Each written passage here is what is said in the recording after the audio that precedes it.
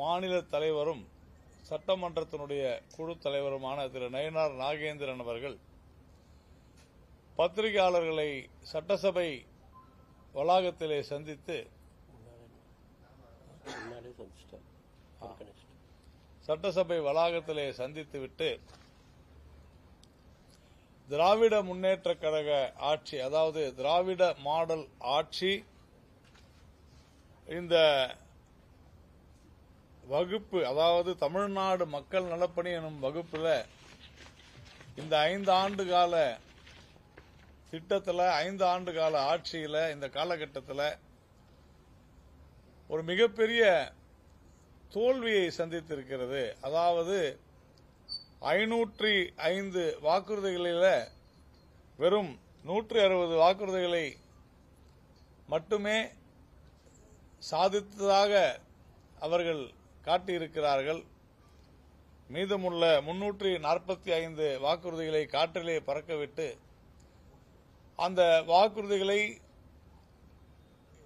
வெற்றி பெற செய்ய முடியாமல், அதை அமல்படுத்த முடியாமல், மக்களுக்கு அதை கொடுக்க முடியாமல் ஒரு ஏமாற்று ஆட்சியாக இந்த ஆட்சி திகழ்ந்த காரணத்தினால இந்த ஆட்சி தோல்வியுற்ற ஆட்சி. அதாவது 31 மதிப்பெண் பெற்று 31.68 விழுக்காடு மதிப்பு பெற்று இந்த ஆட்சி தோல்வியுற்று விட்டது, ஃபெயில் ஆயிடுச்சு அப்படின்னு பத்திரிகையாளர்களிடம்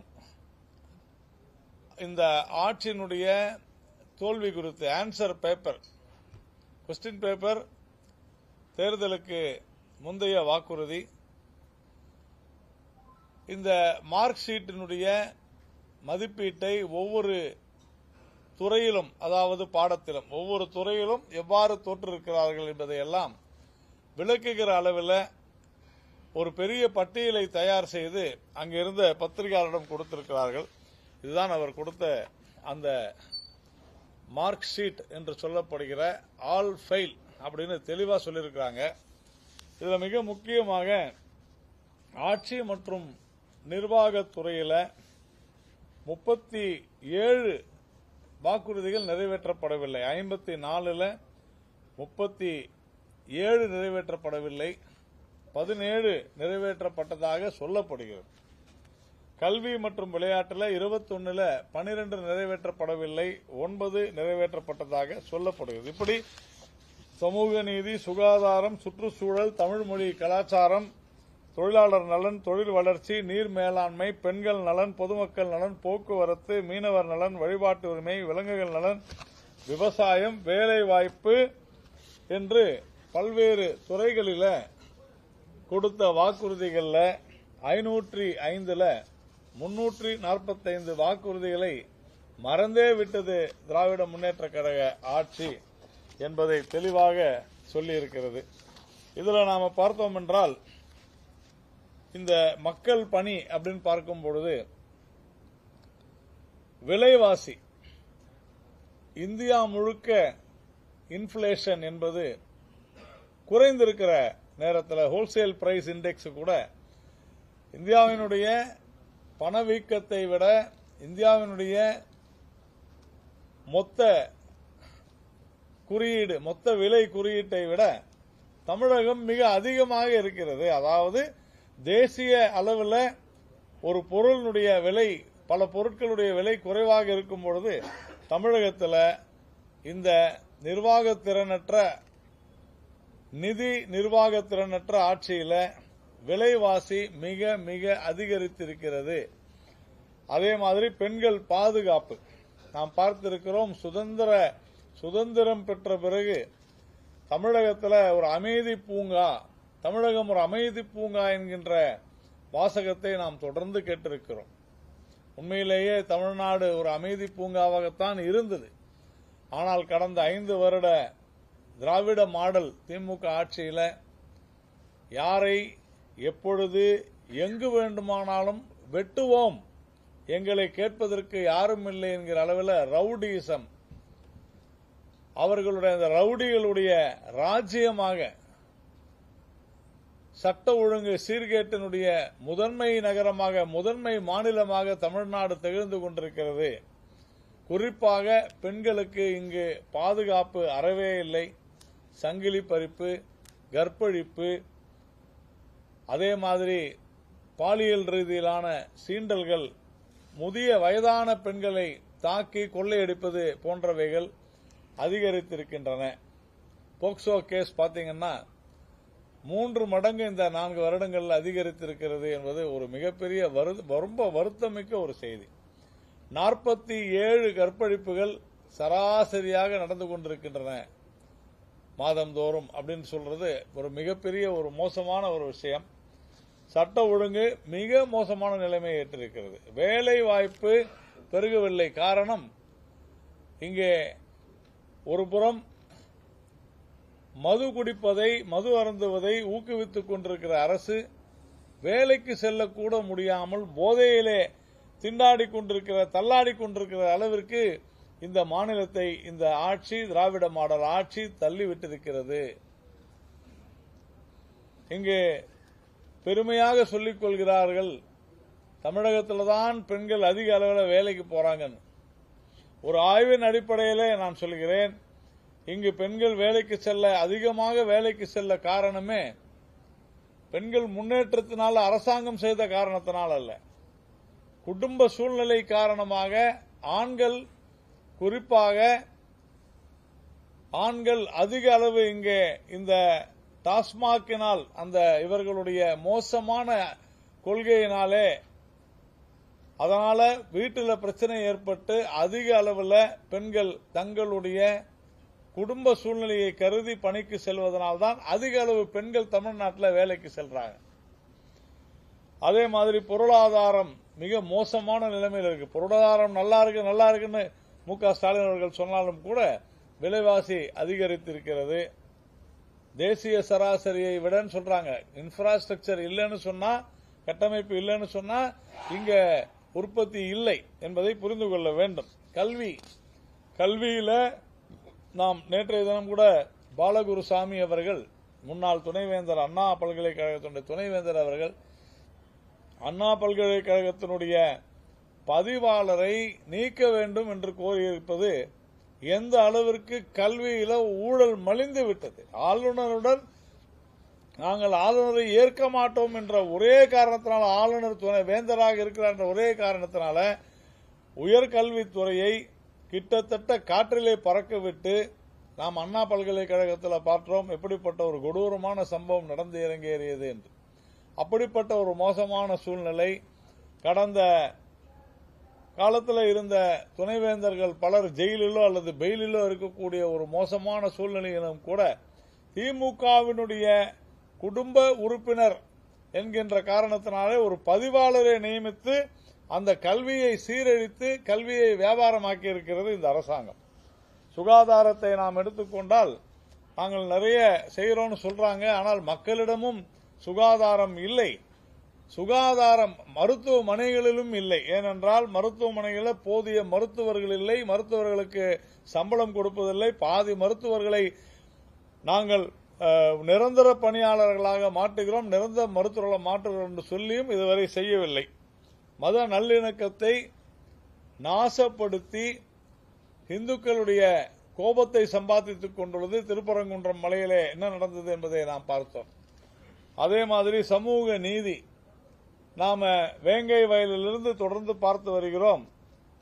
பல கோவில்களிலே குறிப்பிட்ட சமுதாய மக்களை அனுமதிக்காமல் இருப்பது, அதே மாதிரி தென் மாவட்டங்களிலே தொடர்ந்து நடைபெற்று வரும் பள்ளிக்கூடங்களில் கூட சிறு குழந்தைகளிடையே கூட ஜாதி மோதல்கள், ஆனால் இவர்கள்தான் சமூக நீதி காவலர்கள் என்று சொல்லிக் கொள்வது, இவையெல்லாம் மிக மிக மோசமான ஒரு விஷயங்கள். ஊழலை பொறுத்தவரையில் ஊழலை ஒழிப்போம் என்று சொன்னார்கள், ஆனால் ஊழல்ல கொடிகட்டி பறக்கிறது. நேற்றைய தினம், இன்று காலை சென்னை உயர்நீதிமன்றம் மிக தெளிவாக ஒரு முக்கியமான தீர்ப்பை கொடுத்திருக்கிறது. அதாவது KN நேரு அவர்களுடைய ஊழல் முகாந்திரம் இருக்கிறது என்று சொல்லி அவர் மீது வழக்கு பதிய வேண்டும் என்று லஞ்ச ஒழிப்புத்துறைக்கு உத்தரவிட்டிருக்கிறது. அரசாங்கத்திற்கு உத்தரவிட்டிருக்கக்கூடிய ஒரு நீதிமன்றம் தலையிட்டு அரசாங்கத்தை சொல்லக்கூடிய அளவிற்கு இந்த அரசாங்கம் ஒரு கேடுகட்ட அரசாங்கமாக விளங்கிக் கொண்டிருக்கிறது. இதுல நம்ம பார்த்தோம்னா வாக்குறுதி, இப்ப துறை ரீதியா பார்த்தோம். ஒவ்வொரு வாக்குறுதியா நம்ம பார்க்கும் பொழுது மாநில உரிமைகளுக்காக திமுக போராடும் அப்படின்னு வாக்குறுதி எண் 1. மாநில உரிமைகளுக்காக இவர்கள் என்ன போராடினார்கள் அப்படின்னா எதுவுமே இல்லை.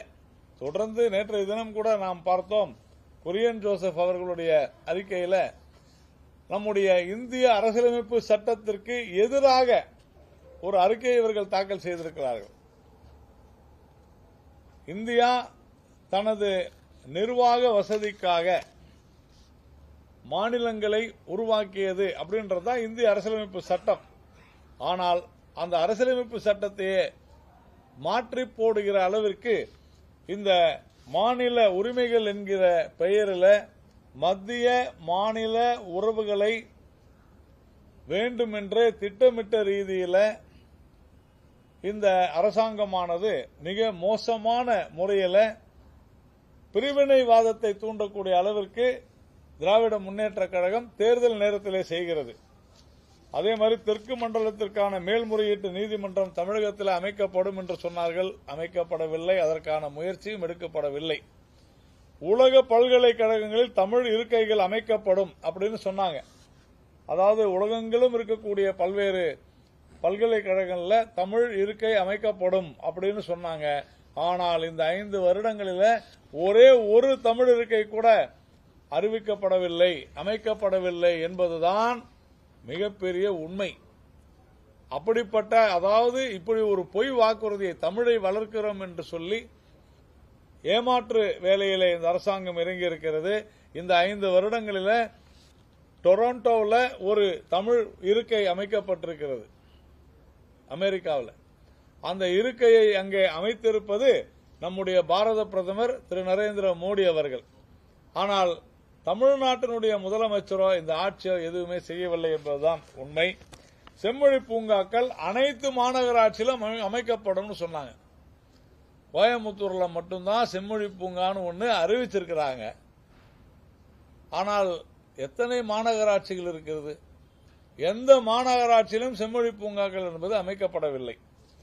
அதே மாதிரி வெளிநாடு வாழ் தமிழர் நலத்துறை உருவாக்கப்படும் சொன்னாலும் கூட தினந்தோறும் பார்க்கிறோம், மத்திய அரசாங்கத்தினுடைய தலையீட்டினால், பாரதிய ஜனதா கட்சியை சேர்ந்த முக்கிய தலைவர்களின் முயற்சியினால் தொடர்ந்து தமிழர்கள் எங்கெல்லாம் பாதிக்கப்படுகிறார்களோ அங்கெல்லாம் நம்முடைய தூதரகம் சென்று மத்திய அரசு மற்றும் பாரதிய ஜனதா கட்சியின் முயற்சியினால்தான் மீட்கப்படுகிறார்கள் அப்படின்னு நாம தொடர்ந்து பார்த்து வருகிறோம்.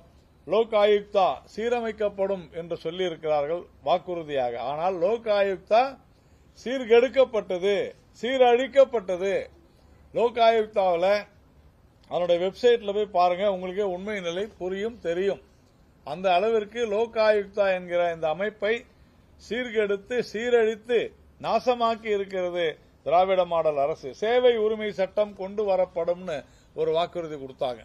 இந்த சேவை உரிமை சட்டம்னா என்ன அப்படின்னு இதெல்லாம் வாக்குறுதியா கொடுத்துட்டாங்க. என்னன்னு கேட்டீங்கன்னா, பிறப்பு சான்றிதழ், வாரிசு சான்றிதழ், உரிமை சான்றிதழ், இறப்பு சான்றிதழ் எல்லாம் ஆன்லைன்ல குறிப்பிட்ட காலத்திற்குள்ள வழங்குவோம் என்பதுதான் சேவை உரிமை சட்டம்.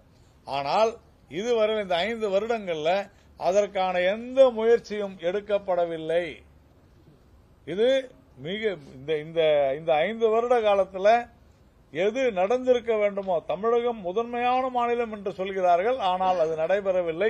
மாறாக இன்னைக்கு பிறப்பு சான்றிதழோ இறப்பு சான்றிதழோ வேணும்னா அலையக்கூடிய ஒரு சூழ்நிலையில தான் தமிழக மக்கள் இருக்கிறார்கள். லஞ்ச ஒழிப்புத்துறை சுதந்திரமாக செயல்படும் அப்படின்னு ஒரு வாக்குறுதி கொடுத்தாங்க. இதுல அந்த துறையை மட்டும் அடிச்சிடலாம். லஞ்சம் ஒழிப்பு சுதந்திரமா செயல்படுது, லஞ்சம் ஊழல் சுதந்திரமா செயல்படுது. லஞ்சமும் ஊழலும் தலைவிரித்தாடி கொண்டிருக்கிறது தமிழகத்தில். நாம பார்க்கிறோம், பிறப்பு சான்றிதழ் முதல் இறப்பு சான்றிதழ் வரை. மின்சாரம் வாங்க வேண்டும் என்றால் அதுல ஊழல், நெல் மூட்டை விற்க வேண்டும் என்றால் ஊழல். அதே மாதிரி ஒரு பாட்டிலுக்கு 10 ரூபாய். இப்ப என்ன ஆயிடுச்சு, நம்ம பாட்டிலுக்கு 10 ரூபான்னு சொல்லி அது உடனே கோவப்பட்டு அதுதான் சொல்லுவாங்க, அதுக்காக கோவப்படுறாங்க. பாட்டிலுக்கு 10 ரூபான்ற நிலைமை மாறி இப்பொழுது ஒரு சில பாட்டிலுக்கு வாங்குறது இல்ல கடையில. என்ன சொல்லிடுறாங்கன்னா, நீங்க அந்த பாட்டில போய் பார்ல வாங்கிக்கங்கன்னு சொல்லி 10 ரூபான்றத 40 ரூபாய் ஆகிட்டாங்க. நாம 10 ரூபாய் பாட்டில்னா இப்ப 40 ரூபாய் பாட்டில் ஆயிருச்சு எல்லா ஒயின் ஷாப்லயும். அதே போல அரசு நிர்வாகத்தில் சிக்கன நடவடிக்கை எடுக்கப்படும் அப்படின்னு சொன்னாங்க. ஆனால் அரசு நிர்வாகத்தில் சிக்கன நடவடிக்கை எடுக்கப்பட்டிருந்தால் இவ்வளவு கடன் வாங்கி இருக்க மாட்டார்கள். 10.7 லட்சம் கோடி ரூபாய் இன்றைக்கு கடன் சுமை அதிகரித்திருக்கிறது ஒவ்வொரு தமிழன் மத்தியிலும். அதே மாதிரி கடன் சுமையை குறைப்பதற்கு உயர்மட்ட குழு அமைக்கப்படும் சொன்னாங்க. கடன் சுமைதான் உயர்ந்ததை தவிர உயர்மட்ட குழு ஒன்றும் அமைக்கப்படவில்லை. அதே மாதிரி பொதுத்துறை நிறுவனங்களை சீரமைக்க வல்லுநர் குழு அமைக்கப்படும் சொன்னாங்க. பொதுத்துறை நிறுவனங்கள், தமிழ்நாட்டினுடைய அரசு பொதுத்துறை நிறுவனங்கள் எங்கேயும் எந்த வல்லுநர் குழுவும் அமைக்கப்படவில்லை. மாறாக அதை சீரழித்து விட்டார்கள். எல்லா பொதுத்துறை நிறுவனங்களும் மிகப்பெரிய கடனில் மூழ்கி ஒரு மோசமான நிலைமைக்கு சென்று கொண்டிருக்கிறது என்பதுதான் உண்மை. விவசாயத்திற்கு தனி பட்ஜெட் சொன்னாங்க, போட்டாங்க. விவசாயத்திற்கு தனி பட்ஜெட் சொல்லி விவசாயத்தையே தனிமைப்படுத்தி விவசாயமே தமிழ்நாட்டில் ஒரு டீக்ரோத், வளர்ச்சி இல்லாமல் கீழே போயிருக்கிறது. அவ்வளவு மோசமான ஒரு நிலைமையில இன்னைக்கு விவசாயத்தை மறந்துட்டாங்க இந்த ஆட்சியில. ஆனால் தனி பட்ஜெட் போடுறோம் தனிமைப்படுத்தி விட்டார்கள். விவசாயத்தை நாங்க தனியா பாத்துக்கிறோம் சொல்லி தனிமைப்படுத்திய பெருமை இந்த அரசாங்கத்திற்கு இருக்கிறது. ஊரக பகுதிகளில் விற்பனை சந்தைகள் உருவாக்கப்படும் சொன்னாங்க, செய்யல. விவசாயம் சார்ந்த தொழில்கள், வினைப்பொருட்களுக்கு உரிய விலை, கூட்டுறவு பயிர்க்கடன், நகை கடன், அது ஒரு குறிப்பிட்ட நபர்களுக்கு தான் செஞ்சாங்க. விவசாயம் சார்ந்த தொழில்கள் பெருக்கப்படும் சொன்னாங்க, செய்யல.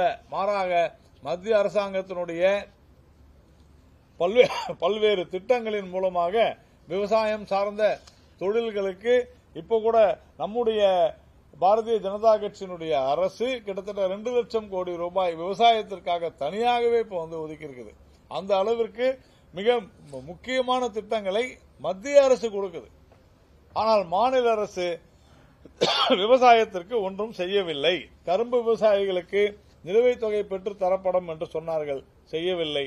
வேளாண் பொருட்களுக்கு குறைந்தபட்ச ஆதார விலை எம்எஸ்பி, இங்க மத்தியில விவசாயிகள் ஒரு தூண்டிவிட்டு நடத்திய போராட்டத்தின் போது அப்படியே நீலிக்கண்ணீர் வடித்த திராவிட மாடல் இந்த 5 வருடங்கள்ல அந்த ஆதார விலையை, மாநில அரசு தர வேண்டிய ஆதார விலையை சில பயிர்களுக்கு கொடுக்காமல் விவசாயிகளை வஞ்சித்திருக்கிறது.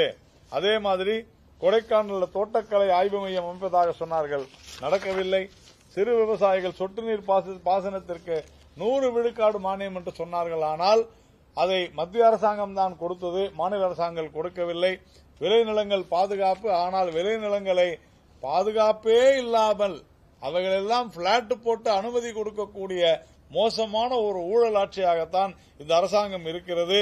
விதவை ஆதரவற்ற பெண்கள் கால்நடை வளர்க்க 30 விழுக்காடு மானியம் என்று சொன்னார்கள், ஆனால் அது நடக்கவில்லை. மாறாக ஆதரவற்ற பெண்களுக்கு மத்திய அரசாங்கம் திட்டத்தை கொடுக்கிறது. அனிமல் ஹஸ்பண்டரியில கால்நடை வளர்ப்புக்கு இந்த பட்ஜெட்ல கூட மத்திய அரசாங்கம் ஒரு முக்கியமான திட்டத்தை கொண்டு வந்திருக்கிறது. வேளாண் மண்டல குழுக்கள் அமைப்போம் என்று சொன்னார்கள், அமைக்கவில்லை. கடைசியாக அஇஅதிமுக ஆட்சியில தஞ்சாவூரை நாம கொண்டு வந்தோம். அது ஏனென்றால் மீத்தேனுக்கு கையெழுத்து போட்ட முதல்வர் ஸ்டாலின் செய்த காரணத்தினால அங்க நாம உடனடியாக மத்திய அரசாங்கத்தினுடைய வழிகாட்டுதலின் பெயர்ல உடனடியாக அதை நாம சிறப்பு வேளாண் மண்டலமாக அமைத்தது கடந்த அஇஅதிமுக ஆட்சி என்பது இங்கே குறிப்பிடத்தக்கது. தானிய சேமிப்பு கிடங்குகள் மற்றும் உலர்களங்கள் அமைக்கப்படும். எங்க போய் பார்த்தாலும் நெல்லு எல்லாமே, எல்லா பயிர்களுமே வெயிலும் மழையிலும் வாடி வதங்கி அது அப்படியே மூழ்கி மிக மோசமான சூழ்நிலையில தமிழ்நாட்டில் இருந்து கொண்டிருக்கிறது. அதே மாதிரி கிருஷ்ணகிரியில ஜீனூரில் தோட்டக்கலை பல்கலைக்கழகம் அமைப்பதாக சொன்னார்கள், அமைக்கவில்லை. மதுரை வேளாண் பல்கலைக்கழகம் அமைக்கவில்லை. சத்துணவு மையத்துக்கு பொருட்கள் கூட்டுறவு மூலம் கொள்முதல், அதுவும் செய்யவில்லை. பனை வெல்லம் ரேஷன்கள் விற்பனை செய்வதாக கூறினார்கள். ஆனால் இப்பொழுதெல்லாம் ரேஷன் கடைகளை திறப்பதே அதிசயமாக இருக்கிறது. ஏனென்றால் பல நேரங்களில் ஸ்டாக் இல்லை, இருப்பு இல்லைன்னு சொல்லிடுறாங்க. அதே மாதிரி பயிர் காப்பீட்டு திட்டம் தனிநபர் பாதிப்புக்கும் வனவிலங்குகள் பாதிப்புக்கும் சொன்னாங்க, அதுவும் மத்திய அரசாங்கத்தினுடைய முயற்சினால் தான் நடந்திருக்கிறது. மூலிகை தோட்டங்கள் உருவாக்குவதாக சொன்னார்கள். காவலூர் மூலிகை பண்ணை திறப்பதாக சொன்னார்கள், செய்யவில்லை. பட்டுக்கூடு விற்பனை மையங்கள், நீராபானம் இறக்க அனுமதி, தென்னை விவசாயிகளுக்கு ஊக்கத்தொகை என்று தொடர்ந்து இந்த விவசாய பொருட்கள் எதையுமே விவசாயத்திற்காக ஒரு கிஞ்சித்து கூட இந்த அரசாங்கம் செய்யவில்லை. கிட்டத்தட்ட ஒரு 200 அல்லது 300 வாக்குறுதிகள் விவசாயத்தில் செய்திருக்கிறார்கள். அதை எல்லாமே பத்திரிகையாளர்கள் நாம் அளித்திருக்கிறோம்.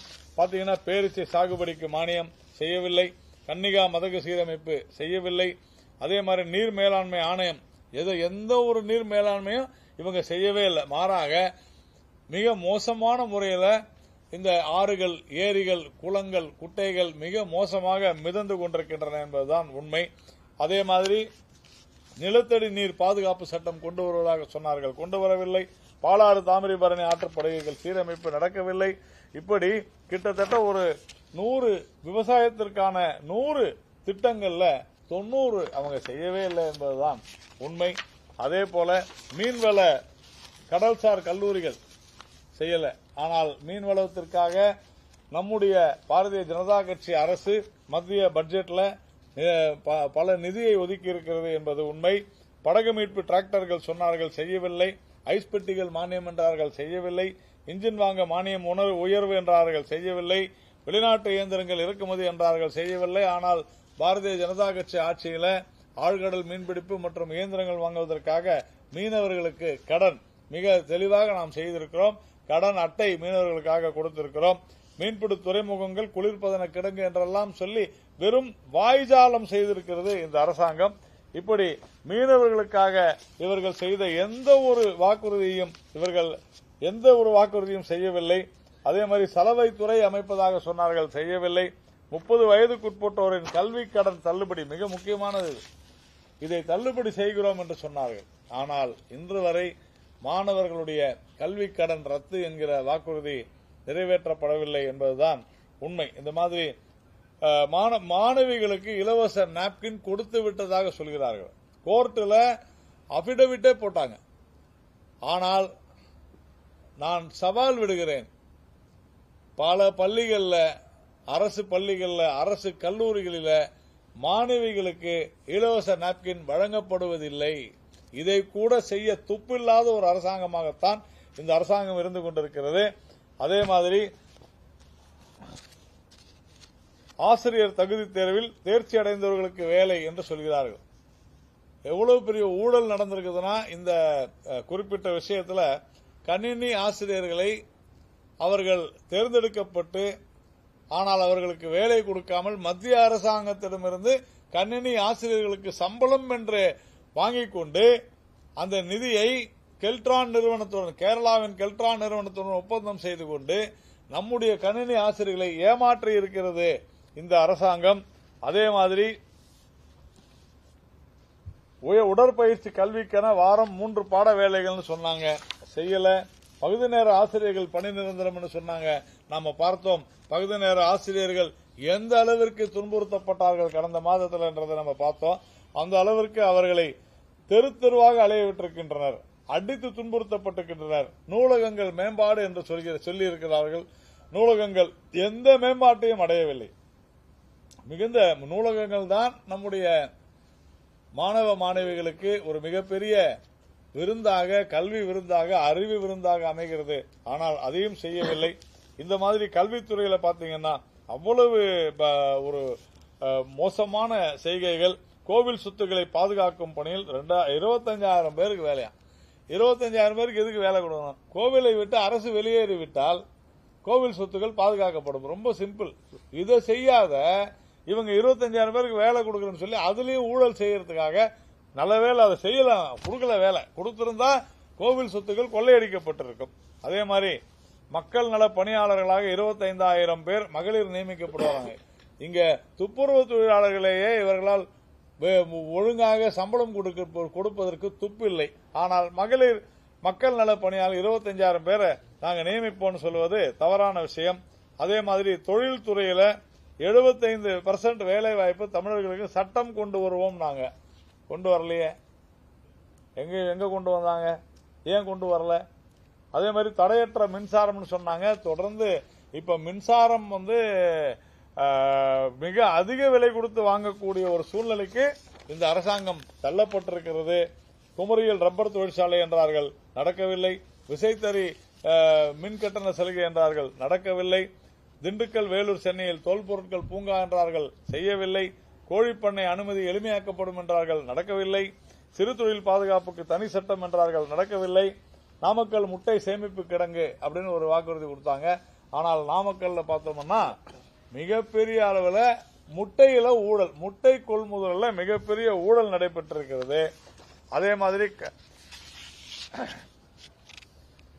விண்ணப்பித்த 15 நாள்ல ஸ்மார்ட் கார்டு கொடுக்கறோம்னாங்க, அதையும் செய்யவில்லை. 20 கிலோ அரிசி தொடரும்னாங்க. 20 கிலோ அரிசி யாரு கொடுக்கிறது? மத்திய அரசாங்கம் கொடுக்குது. இவங்க அதை வாக்குறுதியாக கொடுத்து ஏமாத்துறாங்க. அதே மாதிரி மாதம் ஒரு முறை மின் கணக்கெடுப்பு என்ற வாக்குறுதி கொடுத்தார்கள். கடந்த அரசாங்கத்தின் மீது அதை சொல்லி தொடர்ந்து குற்றச்சாட்டு சொல்லிக் கொண்டிருந்தார்கள். ஆனால் 5 வருடங்களாகியும் மாதம் ஒரு முறை மின் கணக்கெடுப்பு என்பதை இவர்கள் சாத்தியமாக்கவே இல்லை. சர்க்கரை ஆலை மின் உற்பத்தின்னு சொன்னாங்க, செய்யல. மின் ஊழியரே கட்டணம் வசூலிப்பார்கள் என்றார்கள், செய்யவில்லை. அதுவும் எல்லாமே இவங்க கான்ட்ராக்ட்ல விட்டுட்டாங்க. காற்றாலை மின்சாரத்திற்கு சிறப்பு வழித்தடம்னு சொன்னாங்க. ஆனால் அது சிறப்பு ஊழல் தான் நடைபெற்றுக் கொண்டிருக்கிறதே தவிர சிறப்பு வழித்தடம் நடக்கவில்லை. அதே மாதிரி ரேஷன் பொருட்கள் பாக்கெட்டில் வழங்கப்படும், நாங்க இன்ன வரைக்கும் நடக்கல. ரேஷனில் கூடுதல் சர்க்கரை, உளுத்தம் பருப்பு சொன்னாங்க, நடக்கல. இப்பதான் 240 முடிஞ்சிருக்குது, எதுவுமே நடக்கல. இவ்வளவு மோசமான ஒரு விஷயம் நடந்திருக்கிறது. அதே மாதிரி மகப்பேறு உதவித்தொகை 24,000 உயரும் சொன்னாங்க. ஆனால் இதுல பாதி கொடுப்பது யாருன்னா மத்திய அரசு. ஆனால் ஏதோ தாங்கள் செய்து விட்டதை போல முழுக்க இவங்க கொடுக்கல. 12,000 ரூபாய் மத்திய அரசு கொடுக்குது, அதே இவங்க கொடுத்துட்டு 24,000 உயர்த்துறோம்னாங்க, கொடுக்கல. அதே மாதிரி மாவட்டந்தோறும் மகளிர் தங்கும் விடுதிகள் அப்படின்னு ஒரு அறிவிப்பு கொடுத்தாங்க. ஆனால் அதை சாத்தியமாக்கி இருக்கிறது மத்திய அரசாங்கத்தினுடைய நிதிநிலை அறிக்கை. இந்த பட்ஜெட்ல மாவட்டந்தோறும் மகளிர் தங்கும் விடுதிகளை மத்திய அரசாங்கம் அறிவித்திருக்கிறது, மாநில அரசு செய்யல. அதே மாதிரி திருமண உயர்வு தொகை 30,000 ரூபாய் உயர்த்துவோம் சொன்னாங்க, செய்யல. மகளிர் குழு பொருட்களுக்கு முன்னுரிமை அப்படின்னு சொன்னாங்க, அதையும் செய்யல. ஆனால் நம்முடைய பாரதிய ஜனதா கட்சியினுடைய அரசு புதுசா இந்த முறை மகாத்மா காந்தி கிராம ஸ்வராஜ் திட்டத்தின் மூலமாக அதை சாதித்து காண்பித்திருக்கிறது, கிராம மகளிருக்கான. அதே மாதிரி இடைநிலை ஆசிரியர் சம வேலைக்கு சம ஊதியம்னு சொல்லி கிட்டத்தட்ட இந்த இடைநிலை ஆசிரியர்களை கடந்த வாரம் வரை எப்படியெல்லாம் அலைக்கழித்தார்கள். குறிப்பாக பத்திரிகையாளர்கள் கூட தொடர்ந்து தினந்தோறும் அந்த போராட்டங்களுக்கு சென்று எப்படி ஒரு அரசாங்கம் ஆசிரியர்களை நடத்தக்கூடாதோ அப்படி நடத்தியதை நாம் பார்த்தோம். அதே மாதிரி பகுதி நேர பணிக்காலம் கணக்கில் சேர்ப்பண்ணாங்க, அதையும் இவர்கள் செய்யவில்லை. முதியோர் ஓய்வூதியம் 1,500 உயர்த்துவோம் என்றார்கள், செய்யவில்லை. அனைத்து அரசு மருத்துவமனை முதியோர் வார்டுகள் ஒழுங்கா அரசு மருத்துவமனையே நடத்தல. அதுக்கப்புறம் எங்கிருந்து இவங்க அரசு மருத்துவமனையில் முதியோர் வார்டுகள் அமைப்பார்கள் என்பதுதான் மிகப்பெரிய கேள்வியாக இருக்கிறது. பெண் சிசு கொலை தடுப்புன்னு சொன்னாங்க, நடக்கல. குழந்தை தொழிலாளர் ஒழிப்புன்னு சொன்னாங்க, நடக்கல. கலைஞர் உணவகம்னு சொன்னாங்க, ஏற்கனவே அம்மா உணவகம் நல்லா போயிட்டு இருந்துச்சு, பல இடங்கள்ல அதை காலி பண்ணிட்டு கலைஞர் உணவகம் கொண்டு வரேன்னு சொல்லி கொண்டு வரல. அதே மாதிரி பள்ளியில் ஜாதி சான்றிதழே கொடுப்போம், அதையும் செய்யல. இதே மாதிரி பத்திரிகையாளர் ஊதிய குழு சொன்னாங்க, செய்யல. 108 ஆம்புலன்ஸ் அதிகரிப்பு அப்படின்னு சொன்னாங்க, ஆனால் அதை அவர்கள் செய்யவில்லை. பத்திரிகையாளர் குடியிருப்பு சொன்னாங்க, செய்யல. தாம்பரம் காஞ்சிபுரம் மாநகராட்சி மழை வெள்ள நீர் வடிகால் அமைக்கப்படும், சென்னையில மழை வெள்ள நீர் வடிகால் அமைக்கிறோம்னு சொல்லி எப்பேற்பட்ட துயரத்திற்கு மக்களை ஆளாக்கினார்கள் என்பது நமக்கு தெரியும். ஆனால் எதையுமே செய்யவில்லை. அதே மாதிரி காலி பணியிடத்தை நிரப்புறோம் சொன்னாங்க, செய்யல. புனித நகர பழனி திருத்தணி மேம்பாடுன்னு சொன்னாங்க, எதை செய்தாலும் ஊழல் ஊழல் ஊழல். கோவில்களே வேணான்னு சொல்றாங்க. ஆனா கோவில்கள் இருக்கக்கூடிய நகரங்களை இவர்கள் கொள்ளையடிப்பதற்காக நாங்கள் நகர்த்துறோம். நாங்க நவீன அடுக்குமாடி கார் பார்க்கிங் எல்லா இடத்துலயும் செய்யறோம். நாங்க எங்க செஞ்சாங்க? எதுவுமே செய்யல. அதுவும் கூட மத்திய அரசாங்கத்தினுடைய ஸ்மார்ட் சிட்டி திட்டத்தில் தான் இது நடைபெற்றுக் கொண்டிருக்கிறது சில ஊர்களில், வேற எங்கேயும் நடக்கல. அதே மாதிரி லாரி நீர் விநியோகம் தவிர்ப்புன்னு சொன்னாங்க. எல்லா இடத்துலயும் லாரி நீர் போய்கிட்டு தான் இருக்குது. 15 நாள்ல குடிநீர் இணைப்புன்னு சொன்னாங்க. 150 நாள் நாங்கே வரமாட்டேங்குது. இப்படி நிறைய இந்த மாதிரி நம்ம சொல்லிக்கிட்டே போகலாம். அதே மாதிரி பழனி கொடைக்கானல் ரோப் கார் திட்டம் 5 வருடங்க ஆச்சு, ஒண்ணுமே நடக்கல. அதே போல விக்கிரவாண்டி கும்பகோணம் தஞ்சாவூர் 4 வழி சாலை திட்டத்தை எங்களால் நிறைவேற்ற முடியாதுன்னு சொல்லிட்டாங்க. மத்திய அரசு தான் செய்யணும் அப்படின்னு சொல்லிட்டாங்க. இப்படி எந்த ஒரு திட்டத்தையுமே செய்யாமல் புதிய பல்கலைக்கழகங்கள்னு சொன்னாங்க. ஆனால் இதுவரையிலும் எந்த புதிய பல்கலைக்கழகமும் வரல. கலைஞர் பல்கலைக்கழகம் அப்படின்னு அவங்க அப்பா பேர்ல, முதலமைச்சருடைய தந்தை பெயர்ல ஒன்னு கொண்டு வரதா சொன்னாங்க. அதுவும் அப்படியே தான் இருக்குது.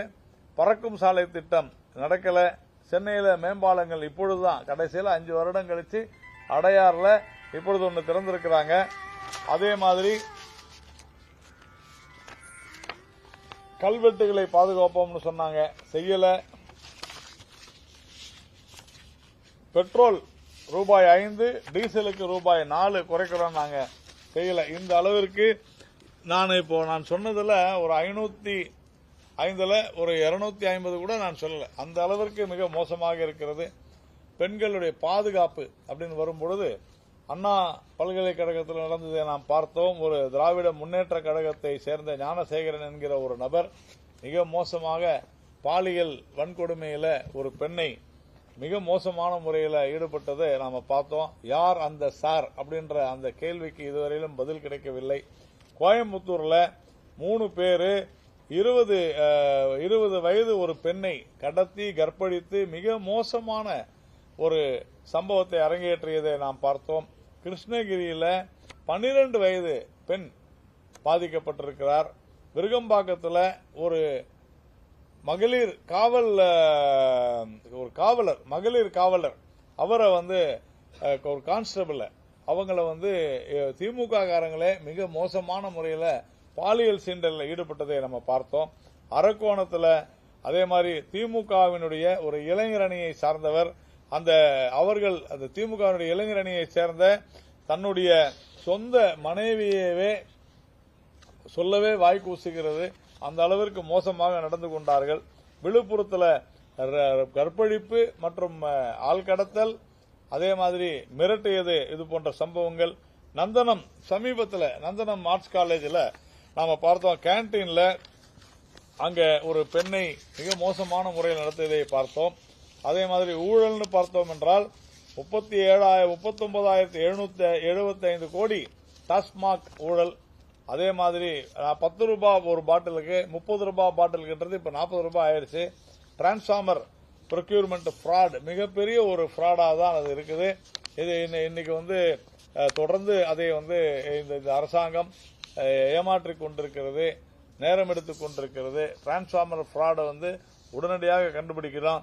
அதே மாதிரி KN நேரு அவர்களுடைய அனுமதிக்காக, நகராட்சி நிர்வாகத்துறையில் அனுமதிக்காக, அதாவது அப்பாயின்மெண்ட் ஸ்கேம், அதே மாதிரி டிரான்ஸ்பர் செய்யறதுக்காக ஸ்கேம், இது மாதிரி எல்லாத்துலயும் ஊழல். அதே மாதிரி மதுரையில வரியில மிகப்பெரிய மோசடி.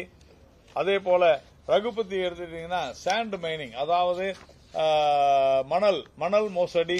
இப்படி உதயநிதி ஸ்டாலினுடைய நாம் பார்த்தோம்.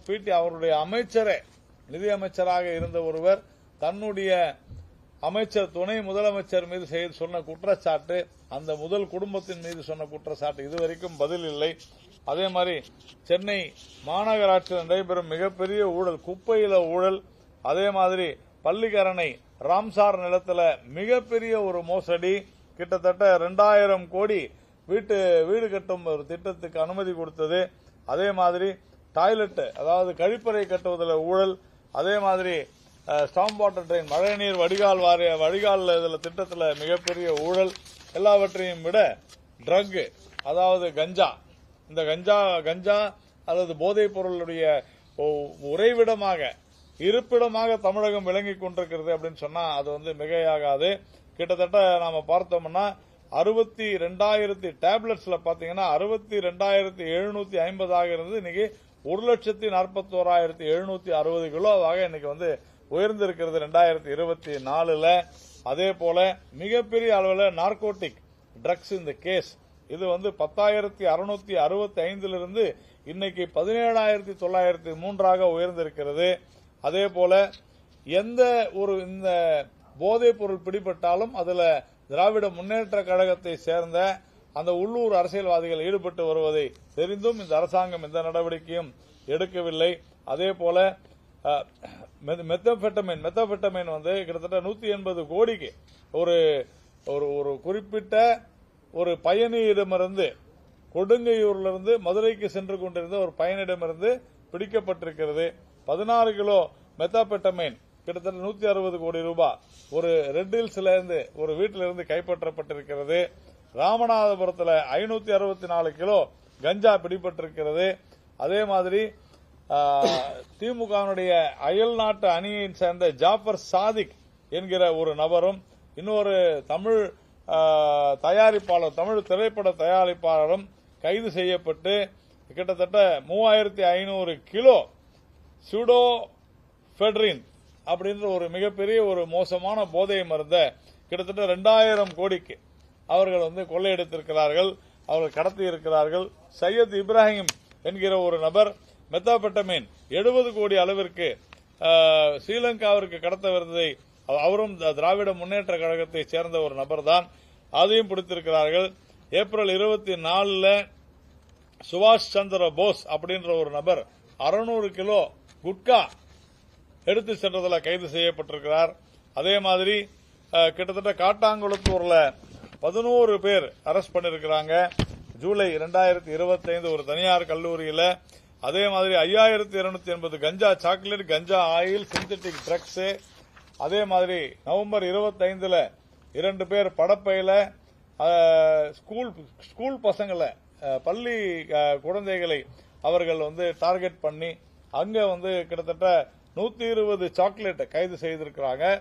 இது மாதிரி அதே மாதிரி நம்ம பரத சக்கரவர்த்தி சொன்னாரு, நீதியரசர் பரத சக்கரவர்த்தி அவர்கள் ஸ்கூல் சில்ட்ரன் அவ்வளவு மோசமான ஒரு சூழ்நிலையில இருக்கிறாங்க.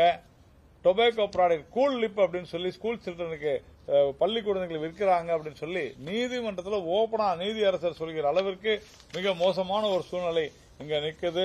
நான் சட்டம் ஒழுங்கு குறித்து பேசினேன். யாரை வேண்டுமானாலும் எங்கு வேண்டுமானாலும் எப்போது வேண்டுமானாலும் வெட்டலாம், எங்களை கேட்பதற்கு யாருமே கிடையாது. இங்கே நடப்பது ரவுடி ராஜ்யம் என்கிற அளவிற்கு மிக மோசமான ஒரு சூழ்நிலை நிலவுகிறது. கொலைகள் எங்கு பார்த்தாலும் கொலைகள், எப்பொழுது பார்த்தாலும் கொலைகள். பீகார் நம்ம பார்த்தோம், அடையாறுல 3 பேர் சமீபத்தில் ஒரே குடும்பத்தை சார்ந்தவர்கள் கொல்லப்பட்டார்கள். ஆம்ஸ்ட்ராங்குடைய கொலையை நாம் பார்த்தோம். அதே மாதிரி நிறைய மாதிரி சொல்லிக்கிட்டே போலாம். ஒவ்வொரு ஊர்லயும் தினந்தோறும் கொலை கொள்ளை என்பது தொடர்ந்து நடந்து கொண்டிருக்கிறது. இதெல்லாம் தான் திராவிட முன்னேற்ற கழகத்தின் மீது இந்த 5 வருட காலம் நாம இந்த திராவிட மாடல் திமுகவின் மீது நாம் வைக்கக்கூடிய குற்றச்சாட்டுகள் மட்டுமல்ல, எதை சொன்னார்களோ சொன்னதை செய்வோம் என்று சொன்னார்கள். ஆனால் சொன்னதை செய்யவே இல்லை, செய்ததையும் சொல்லவே இல்லை என்பதுதான் உண்மை. அந்த அளவிற்கு இந்த திராவிட மாடல் ஆட்சி மிக மிக மோசமான ஒரு சூழ்நிலையில இயங்கிக் கொண்டிருக்கிறது என்பதுதான் உண்மை. இது அடுத்தது இன்று டெல்லியில ராகுல் காந்தியினுடைய இன்னும் ஒரு மோசமான செய்கை, ஒரு வெட்கக்கேடான ஒரு செய்கையை நாம பார்த்திருக்கிறோம்.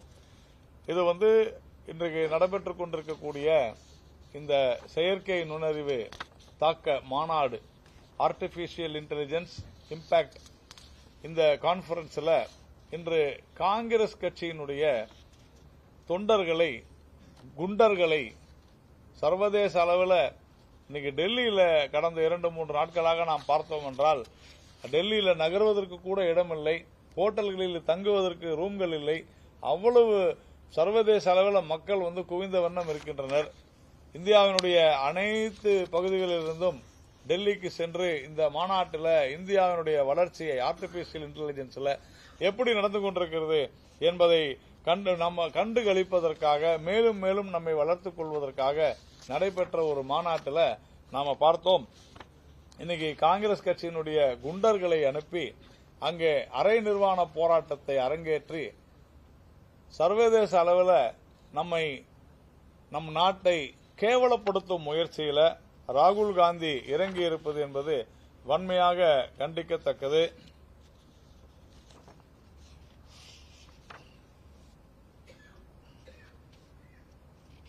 இது முழுக்க முழுக்க நம் நாட்டிற்கு எதிரான சதியாக, நம் நாட்டை, இந்தியாவை அவமானப்படுத்துவதற்காகவே ராகுல் காந்தியினுடைய காங்கிரஸ் கட்சியினுடைய திட்டமிட்ட சதியாகத்தான் நாம் கருதுகிறோம். காங்கிரஸ் கட்சி இதைவிட ஒரு வெட்கக்கேடான, தேசத்திற்கு செய்யக்கூடிய ஒரு துரோக செயலை இதற்கு மேலும் காங்கிரஸ் செய்ய முடியுமா என்கிற அளவிற்கு ஒரு சர்வதேச அளவில் நடைபெற்றுக் கொண்டிருக்கக்கூடிய ஒரு நிகழ்வில் ஒரு மானக்கேடான செயலை, இந்தியாவிற்கு களங்கம் விளைவிக்கக்கூடிய ஒரு செயலை ராகுல் காந்தியினுடைய தூண்டுதலினாலே செய்யப்பட்டிருக்கிறது என்பதுதான். அடுத்ததாக இன்னொரு முக்கியமான விஷயம், நேற்றைய தினம் ஆலந்தூர் பகுதியில் திராவிட முன்னேற்ற கழகத்தினுடைய பாராளுமன்ற உறுப்பினர் கனிமொழி சோமு அவர்கள் பேசும்பொழுது, ஹிந்தி பேசுகிற வட இந்திய மக்கள் தமிழ்நாட்டில் கஞ்சா விற்கிறாங்க அப்படின்னு ஹிந்தி மொழி பேசுபவர்களை கஞ்சா விற்கிறார்கள் என்று சொல்லியது உண்மையிலேயே கடும் கண்டனத்திற்குரியது. வேண்டுமென்றே திட்டமிட்ட ரீதியில் ஹிந்தி பேசுபவர்களை, வட இந்திய மக்களை தொடர்ந்து திராவிட முன்னேற்ற கழகமானது இப்படி இழிவுபடுத்தி தகுதி குறைவாக தரம் தாழ்ந்து பேசுவது என்பது இந்த நாட்டை வேண்டுமென்றே துண்டாட வேண்டும் என்கின்ற எண்ணத்தோடு தான் பேசுகிறார்கள் என்பதை அறிய முடிகிறது. ஏன்னா இந்த தாமோ அன்பரசன் மாதிரியான, சிவாஜி கிருஷ்ணமூர்த்தியான நபர்கள் எல்லாம் நாகரீகம் தெரியாதவர்கள். ஒரு பொது அறிவு என்றால் என்னவென்று தெரியாதவர்களாக நாம் கருதி கொண்டிருந்தோம். ஆனால் ஒரு மருத்துவர், நன்கு படித்தவர், ஒரு பெண்மணி, ஹிந்தி பேசுகிற மக்கள் கஞ்சா விற்கிறார்கள் தமிழ்நாட்டிற்கு என்று சொல்வது திராவிட முன்னேற்ற கழகம் திட்டமிட்ட ரீதியில் வேண்டுமென்றே தான் இப்படி பேசுகிறது என்பதை உறுதி செய்கிறது. என்னவென்றால், அவர் பேசும்பொழுது சொல்கிறார், மரியாதைக்குரிய அமைச்சர் பேசும்பொழுது அப்படின்றார். அந்த அமைச்சர் பேசியதை இவர் வழிமொழிந்து பேசுகிறார். ஹிந்தி பேசுறவங்க கஞ்சா விற்கிறாங்க அப்படின்னு பேசுவது ஒரு இந்திய பாராளுமன்ற உறுப்பினருக்கு அழகல்ல. கனிமொழி சோமு அவர்கள் உடனடியாக இப்படி பேசியதற்காக மன்னிப்பு கேட்க வேண்டும். தொடர்ந்து நம்முடைய சகோதரர்களை, வட இந்திய சகோதரர்களை இழிவுபடுத்தி பேசுவதே வழக்கமாகிக் கொண்டிருக்கிறது, தொழிலாக கொண்டிருக்கிறது திராவிட முன்னேற்ற கழக ஆட்சி, கட்சி. இவர்கள் மீதெல்லாம் நடவடிக்கை எடுக்க மாட்டாங்க. இப்ப நான் சொன்ன பல விஷயங்களை சொன்னேன். இன்னும் ஒரு 1.5 மாதம் அல்லது 2 மாதம் தான் நாம் இதை பொறுத்துக் கொண்டு ஆக வேண்டும். அடுத்த ஏப்ரல் 15க்கு மேலாக அல்லது மே மாதத்திலிருந்து தேசிய ஜனநாயக கூட்டணி ஆட்சி, திரு எடப்பாடி பழனிசாமி அவர்கள் தலைமையில் ஆட்சி இங்கே நடைபெறும். உறுதியாக இப்போது எதெல்லாம் இவர்கள் செய்யவில்லையோ அத்தனையும் நாம் செய்வோம் என்று சொல்லி இந்த பத்திரிகையாளர் சந்திப்பை நான் முடித்துக் கொள்ள. எதெல்லாம் கேள்வி கேட்க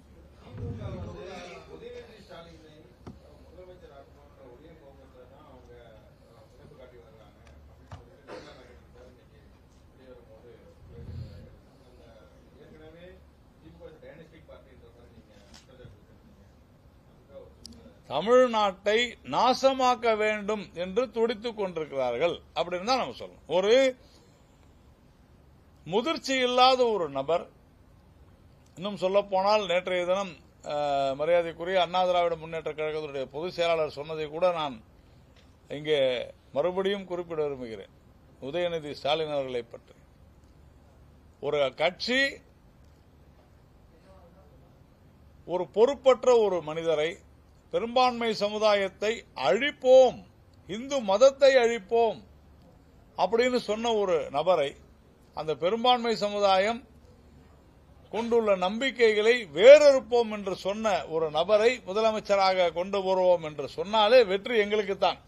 மக்கள் வாக்களிக்க போவதில்லை. அதை சொல்லி பார்க்க சொல்லுங்கள். மக்கள் வாக்களிக்க போவதில்லை.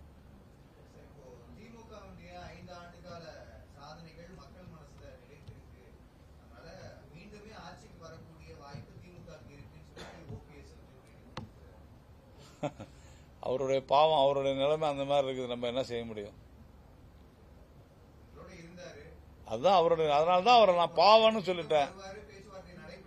அதுதாங்க அவர் உண்மையிலேயே அப்படி சொல்லி இருந்தால் அது உண்மையிலே வருந்தத்தக்கது. அவருடைய நிலைமையை நினைத்து நான் வருத்தப்படலாம், அவ்வளவுதான்.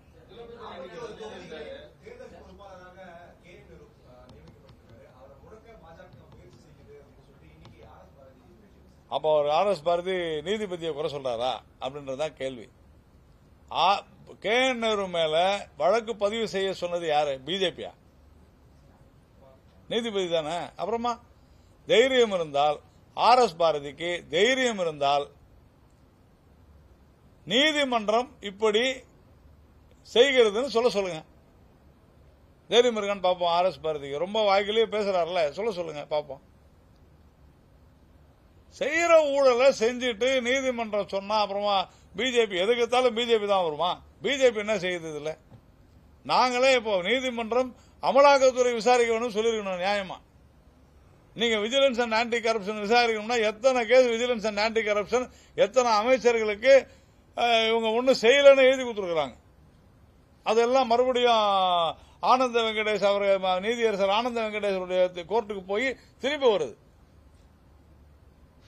நீதிமன்றத்தை மதிக்காதவர்கள் திராவிட முன்னேற்ற கழகத்தினர். அதனால RS பாரதிக்கு இப்படி எல்லாம் சொல்வது என்பது அவருடைய பொழுதுபோக்கு, அவ்வளவுதான்.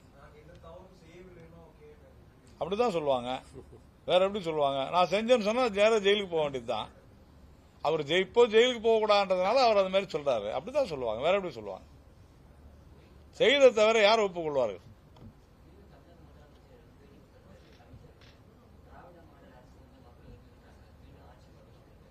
அவங்க அப்படிதானுங்க சொல்லி ஆகணும். அப்படி விரும்பலன்னு சொன்னார்னா அவர் இப்ப நாங்க போட்டியிலன்னு சொல்லிட்டு போயிடலாமே. அப்படிதான் சொல்லுவாங்க.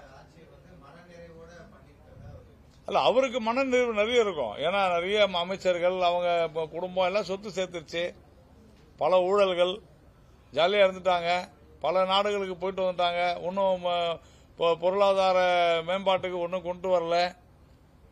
உண்மைதானங்க, ஆட்சி அதிகாரத்தில் இருந்தாச்சு, ஜாலியா என்ஜாய் பண்ணிட்டாங்க. அதனால அவருக்கு மனநிறைவு கொடுத்ததுன்றது உண்மைதான். இல்லையா?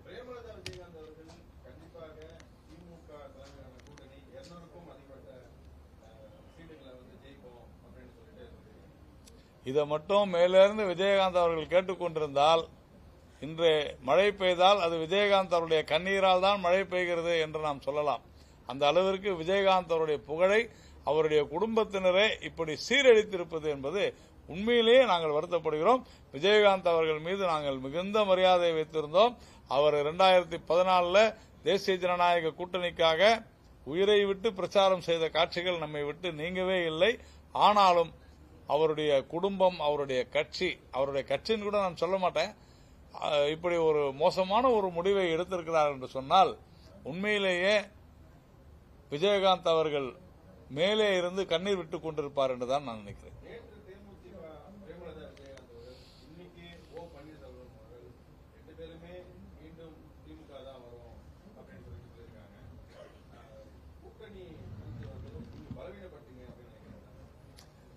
பலவீனப்பட்டதால் தான் திராவிட முன்னேற்ற கழகம் அவசரமாக தேமுதிகவை வளைத்து போட்டிருக்கிறது அப்படின்னு சொல்றாங்க. நான் சொல்ல அப்படின்னு மீடியாவும் சொல்லுது, நிறைய பேர் அரசியல் பார்வையாளர்கள் சொல்கிறார்கள்.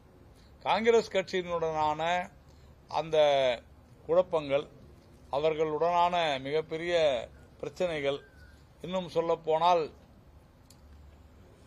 நம்முடைய மாணிக்கம் தாகூர், ஜோதிமணி, அதே மாதிரி கிரீஷ் சோடாங்கர் போன்றவர்கள் எல்லாம் எப்படியெல்லாம் திமுகவை தொடர்ந்து வசைபாடிக் கொண்டிருக்கிறார்கள். இன்னைக்கு கூட மாணிக் தாகூர் ஒரு ட்வீட்டுக்கு நான் ரீட்வீட் பண்ணி அவருக்கு நான் சொல்லியிருக்கிறேன். பாவம் மாணிக் தாகூர் அவர்கள் என்ன அவர் நினைத்ததை நான் இன்று சொல்லி இருக்கிறேன். அவர் என்ன நினைத்தாரோ அதை நான் சொல்லி இருக்கிறேன். அதை கேட்டிருக்கேன். உங்க மைண்ட் வாய்ஸ் இதானங்க சொல்லுது அப்படின்ட்டு. இல்ல, அவரு நீங்க மட்டும் வைகோ ஒன்று சொல்லிருக்கிறார். அதாவது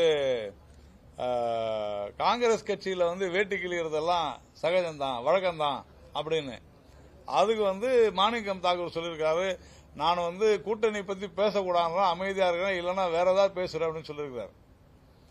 நான் என்ன அதுக்கு பதில் சொன்னேன்னா, மாணிக்கம் தாக்கூர் அவர்களே இப்படி சொல்றீங்க, உங்க மனசுல என்ன இருக்குதுன்னா அப்படின்னு சொல்லிட்டு சொன்னேன். அதாவது திமுகவினுடைய உட்கட்சி பூசல்ல கொலைகள் விழுவதே சகஜம் தானே, மதுரையில இருந்து வந்துச்சு. வேட்டி கிழியதை பத்தி பேசுறாங்க, ஆளே க்ளோஸ் பண்றாங்க திமுக உட்கட்சி பூசல்ல அப்படின்னு நான் சொல்ல. மாணிக்கம் தாக்கூர் சொல்லுவாருன்னு நான் ட்வீட் போட்டிருக்கிறேன். உங்க மெயின் வாய்ஸ் அப்படிதானே சொல்லுது, நான் சொல்ல. அதனால இந்த அளவிற்கு மிக மோசமான ஒரு கட்சி ஆட்சி நடைபெற்றுக் கொண்டிருக்கிறது என்பதை நாம் புரிந்து கொள்ள வேண்டும். தேங்க்யூ.